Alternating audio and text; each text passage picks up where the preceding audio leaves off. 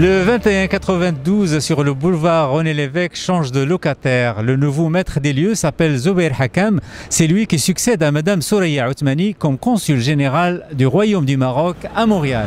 Nous irons le rencontrer pour vous afin de mieux le connaître et surtout pour savoir comment il compte s'y prendre pour gérer les différentes problématiques qui sont propres à la communauté marocaine ici à Montréal et au Canada en général. Le rendez-vous est à 11 h. Il est temps d'y aller.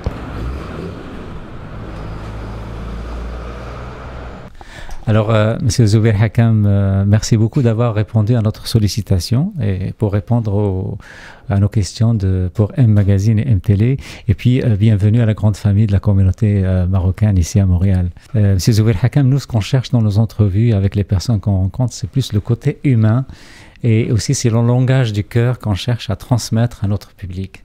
Alors, pour commencer, donc, les membres de la communauté marocaine aimeraient bien connaître M. Zoubeir Hakam, leur nouveau consul général à Montréal. Merci d'être venu. Je vous souhaite la bienvenue au sein de la Maison du Maroc, le consulat général du Maroc à Montréal. Je m'appelle Zoubeir Hakam. Je suis d'une famille Albati. Je suis né en 1953. Je suis père de famille. 2 enfants, un garçon et une fille, comme on dit le choix des rois.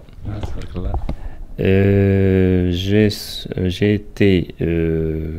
eu ma licence en France, à Rabat, j'ai eu mon doctorat en France et je suis revenu au Maroc pour exercer au sein de la faculté de droit de Marrakech. Donc j'étais enseignant-chercheur à la faculté de droit de Marrakech de 1980 à 1986. Par la suite, j'ai rejoint le ministère des Affaires étrangères.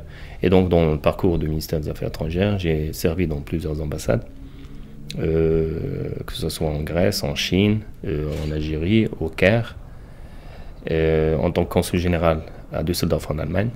Et donc, mon dernier poste, mon affectation récente, c'est à Montréal. Avant de venir à Montréal, vous avez certainement été briefé au ministère des Affaires étrangères à propos de la communauté marocaine. Alors, est-ce qu'on peut savoir entre nous comment on vous a décrit cette communauté? Enfin, il est très difficile disons, briefer, c'est trop dire. Oui. Aux affaires étrangères, au ministère des Affaires étrangères, nous essayons de suivre, de par la nature de notre travail, un petit peu toutes les actions et les activités dans le monde et toutes les communautés marocaines dans le monde. Donc, la seule, disons, comme je vous ai dit tout à l'heure, comme j'avais travaillé en Allemagne, donc je me suis un petit peu imprégné de la nature des communautés marocaines, de leurs problèmes, de leurs sollicitations, etc. Mais la première chose qu'on m'a dite, et qui est confirmée d'ailleurs, c'est la qualité de la communauté marocaine au Québec et au Canada en général.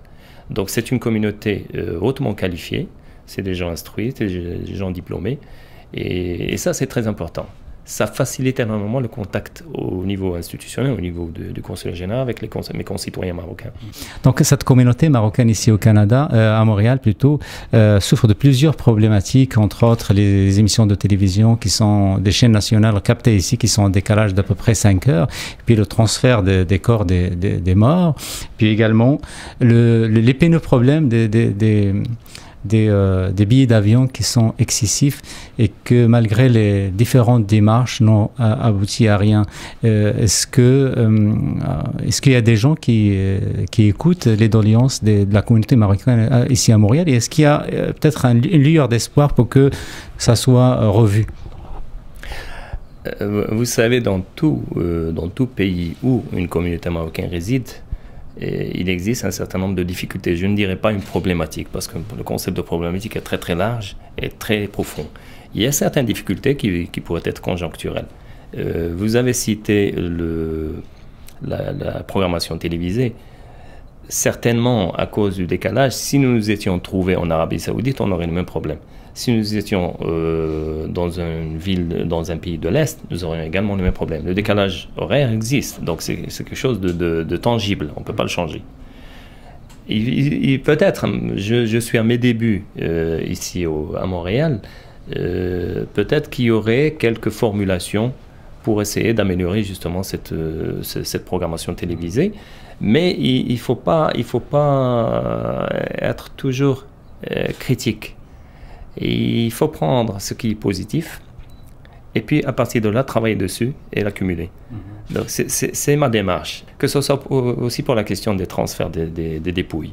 Le transfert des dépouilles, alhamdoulilah, il y a très peu de décès donc, au niveau du Québec.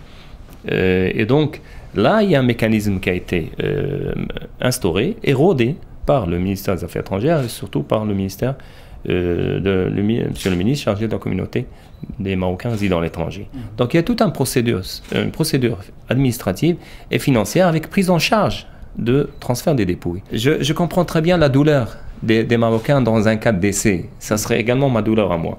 Mais la procédure administrative, elle prend quelques heures, peut-être 24 heures, 48 heures maximum, et puis le fait de faire cette procédure, le problème est réglé. Donc il y a un transfert de dépouilles. Heureusement qu'il y a des vols régulièrement quotidiens de la Royal Maroc, donc qui permet justement le transfert dans de très bonnes conditions et sur un timing assez intéressant.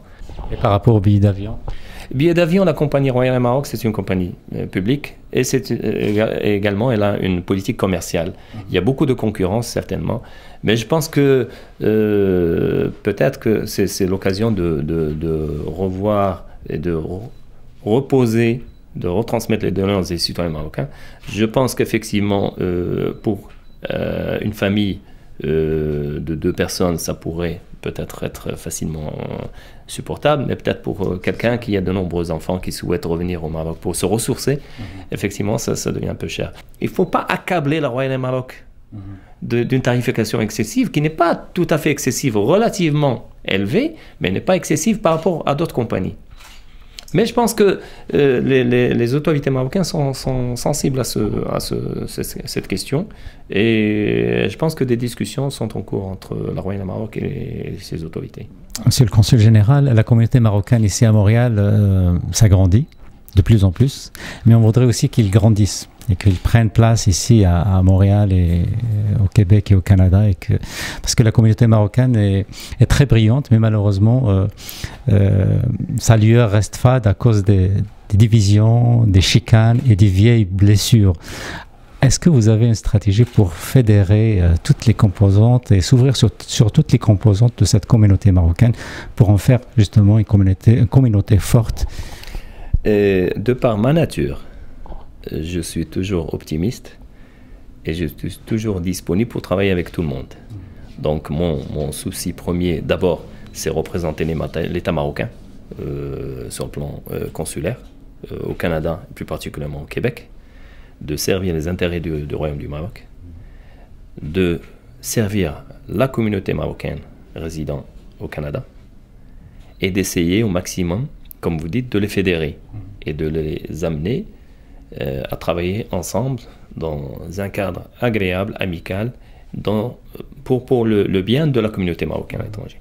Certainement, l'humain a toujours ses réflexes et ses réactions, des fois difficiles, des fois un peu coléreux, etc. Donc ça, c'est tout à fait normal. Dans toute communauté qui vit ensemble, il y a toujours des frictions, il y a toujours des jalousies, il y a toujours des petits problèmes. Mais je ne vous mentirai pas en vous disant que je vais réussir à 100%. Ça, c'est impossible. Mais si nous arrivons à fédérer ensemble l'ensemble de la communauté marocaine pour atteindre 20-30% des objectifs pour le bien de la communauté marocaine, c'est déjà une réussite. Très bien. Bon, on revient à notre cher consulat. Est-ce que vous ne trouvez pas que le bâtiment devient de plus en plus étroit, vu que la clientèle ne cesse de croître jour après jour? Moi, je ne me sens pas à l'étroit en tout cas. Déjà, c'est un point. Le premier point, c'est ça. Deuxième chose, moi, je suis un défenseur acharné de l'organisation. Si vous avez un espace de 1000 mètres carrés désorganisé et vous avez un 10 mètres carrés qui est organisé, je préfère travailler dans les 10 mètres carrés. Et donc, c'est question d'organisation tout simplement. Alhamdoulilah, jusqu'à présent, et bien avant que j'arrive, je n'ai pas entendu un quelconque problème ou une quelconque difficulté de prestation qui n'a pas été offerte aux concitoyens marocains. Il est certain que pendant l'hiver, certainement que je vais vivre également avec vous, il va y avoir quelques difficultés parce que tout le monde devra rentrer au sein des locaux du consulat. Donc si nous avons un grand afflux de concitoyens marocains, certainement on va avoir quelques difficultés pour pouvoir les contenir tous au sein de... Mais je suis confiant, je suis optimiste. Je répète, c'est une question d'organisation. Là, on décèle votre côté allemand, votre expérience allemande. Non, je pense que ça, c'est beaucoup plus des gènes familiales, beaucoup plus que... L'Allemagne, c'est la discipline. Oui, c'est ça. L'Allemagne, c'est la discipline. L'organisation, c'est quelque chose qu'on se fait nous-mêmes, qu'on essaie de faire au mieux pour servir les autres. C'est très bien. Maintenant, nous arrivons à ce magnifique projet qui est la Maison du Maroc, ici à Montréal, qui va certainement faire beaucoup d'écho et la une de la presse un peu partout. On aimerait connaître un peu où ça en est et puis comment ça va fonctionner, comment ça va être géré, est-ce que l'équipe est en place, est-ce que c'est pour bientôt. Donc, donnez-nous plus éclairez-nous un petit peu par rapport à ce méga projet qu'on attend tous. Enfin, c'est un projet que je découvre en même temps que vous, en fait, puisque c'est un projet qui a été initié par Monsieur le ministre de la communauté marocaine résidant à l'étranger, et donc financé par ce ministère, à travers une équipe d'experts et de conseillers de Monsieur le ministre qui se déplacent régulièrement ici pour essayer de suivre le chantier. Et avec la collaboration de Madame Atmani, l'ex-consul général, avec la collaboration de Monsieur Ouhi, le consul adjoint. Et à ma connaissance, les travaux sont en finition, donc je suppose que dans les 95% de travaux qui ont été faits. Bon, je sais que sur le plan bâtiment, c'est un beau bâtiment qui est fini avec l'artisanat marocain, donc tous les travaux de zlige, de plâtre, de sculpture sur plâtre, sculpture sur bois, etc. C'est du bon travail, avec des espaces réservés au théâtre, avec des salles de conférences, avec une médiathèque relativement sophistiquée, qui est déjà équipée, entièrement équipée à 100%, donc ils sont très très bien.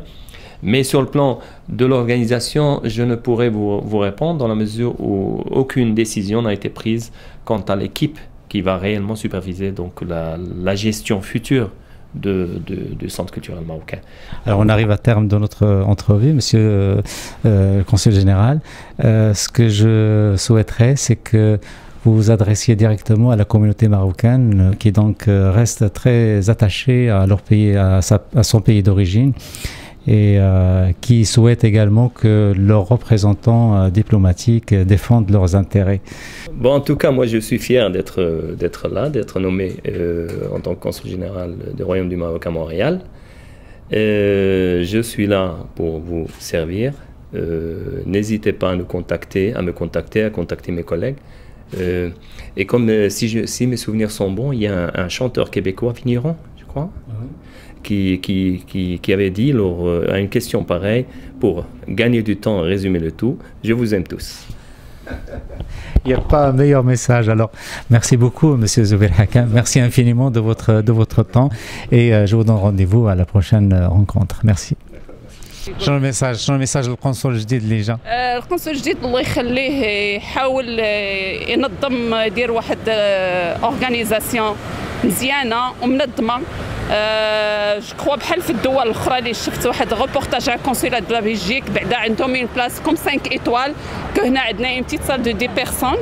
اول حاجه ملي كنجيو ليفير كنتكرفسوا ويحاول يصلح هادشي لان سي ترو كلشي المغاربه هنا طالع عليهم الدم. حاول يدير شي حاجه جديده يبدل.